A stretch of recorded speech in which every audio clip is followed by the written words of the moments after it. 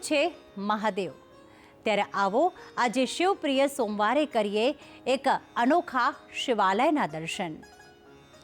ખેડા જિલ્લાના ગળતેશ્વર તાલુકાના સેવાલિયા ગામે મહીસાગર નદીના કિનારે આવેલું છે દેવઘોડા મહાદેવનું અલૌકિક ધામ કે જ્યાં મહાદેવની સાથે કાળ ભૈરવ દાદા અને હનુમાનજીની મૂર્તિ પણ બિરાજિત છે। તો આવો કુદરતી સૌંદર્યની વચ્ચે સ્થાપિત દેવઘોડા મહાદેવના મંદિરના કરીએ દર્શન।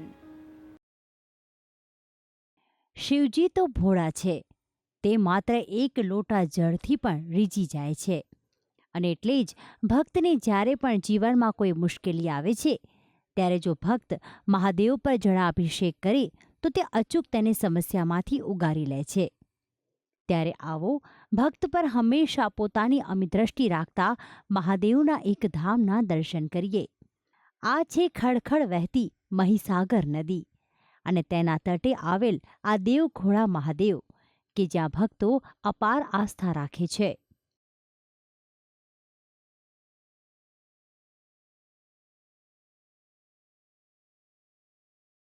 ખેડા જિલ્લાના ગળતેશ્વર તાલુકાના સેવાલિયા ગામે બિરાજતા દેવઘોડા મહાદેવના ધામે દર સોમવારે ભક્તો મોટી સંખ્યામાં દર્શન કરવા ઉમટી પડે છે। આશરે 20,000ની વસ્તી ધરાવતા સેવાલિયા ગામમાં 1,000 વર્ષ જૂનું દેવઘોડા મહાદેવ આસ્થાનું કેન્દ્ર સમાન છે। અને આ મહાદેવનું આટલા વિસ્તારમાં છેક 150 કિલોમીટર ત્રિજ્યાની અંદર ચારે બાજુ એનો બહુ જય જયકાર છે અને દરેક ભક્તો અહીંયા સોમવાર, શનિવાર, પછી બુધવાર અને અમાસના દિવસે અહીંયા પોતાની મનોવાંછિત પૂર્ણ કરવા માટે, પોતાના દોષ નિવારણ કરવા માટે, વિધિ કરવા માટે સતત આવતા રહેતા હોય છે અને એ કામ પોતાનું સફળ થાય છે। માત્ર દર્શનની મનોકામના રાખે તો ભગવાન એનું કામ પૂર્ણ કરે છે। આ શિવાલયનું નામ સાંભળીને ચોક્કસથી આપને આશ્ચર્ય થશે, પરંતુ આ ધામના નામ પાછળ પણ એક પૌરાણિક કથા જોડાયેલી છે। એક માન્યતા પ્રમાણે પૌરાણિક કાળમાં મહીસાગર નદીના તટે એક શિવભક્ત રાજા રહેતો હતો, જે નિત્ય નદીના આ પાર આવીને શિવલિંગ પર અભિષેક કરીને જ જળ ગ્રહણ કરતો હતો। પરંતુ એક દિવસ મહીસાગર નદીમાં પૂર આવ્યું અને પાણીનો વહેણ વધારે હોવાથી તે અભિષેક કરવા જઈ શક્યો ન હતો। દિવસો સુધી તેણે જળ ગ્રહણ ન કર્યું અને માત્ર મહાદેવની ભક્તિ કરી। ત્યારે મહાદેવે તેની સામે એક દૈવી ઘોડો પ્રગટ કર્યો અને આ ઘોડાની મદદથી જ તે નદી પાર કરીને અભિષેક કરવા જઈ શક્યો। તો આમ રાજા દેવી ઘોડાના મદદથી અહીં આવ્યા હોવાથી આ ધામનું નામ પડ્યું દેવઘોડા મહાદેવ।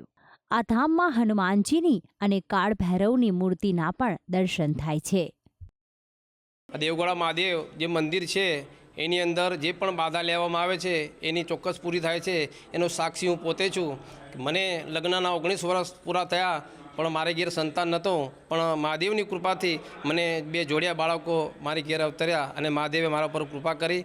આ ધામની પાસે એક સ્મશાન ગૃહ પણ આવેલું છે અને સાથે નદી કિનારે આવેલું હોવાથી આ ધામમાં અનેક યજ્ઞ અને ગ્રહ શાંતિને લગતી અનેક વિધિ તથા કાલ સર્પ યોગની વિધિ તથા ચાંડાલ યોગની વિધિ કરવા પણ લોકો દૂર દૂરથી ઉમટી પડે છે, જેથી જ આ ધામ ગુજરાતની સાથે અન્ય રાજ્યોમાં પણ પ્રસિદ્ધિ પામ્યું છે।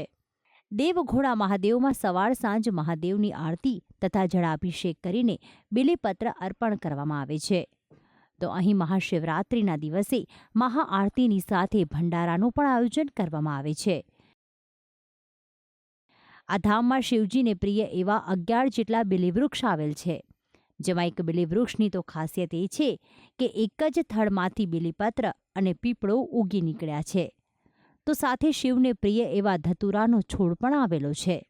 શ્રાવણ માસમાં જે પણ ભક્તો અહીં દર્શન કરવા આવે છે તે અહીંથી જ બિલીપત્ર તોડીને અને શિવલિંગ પર અર્પણ કરે છે। આ ધામમાં ભક્તોને શાંતિની અનુભૂતિ થાય છે, કારણ કે મહીસાગર નદીના કિનારે આવેલ આ ધામ પર આવીને પ્રકૃતિની સમીપ હોવાનો ભક્તો અનુભવ કરે છે। ભક્તિ સંદેશ, સંદેશ ન્યૂઝ, ખેડા।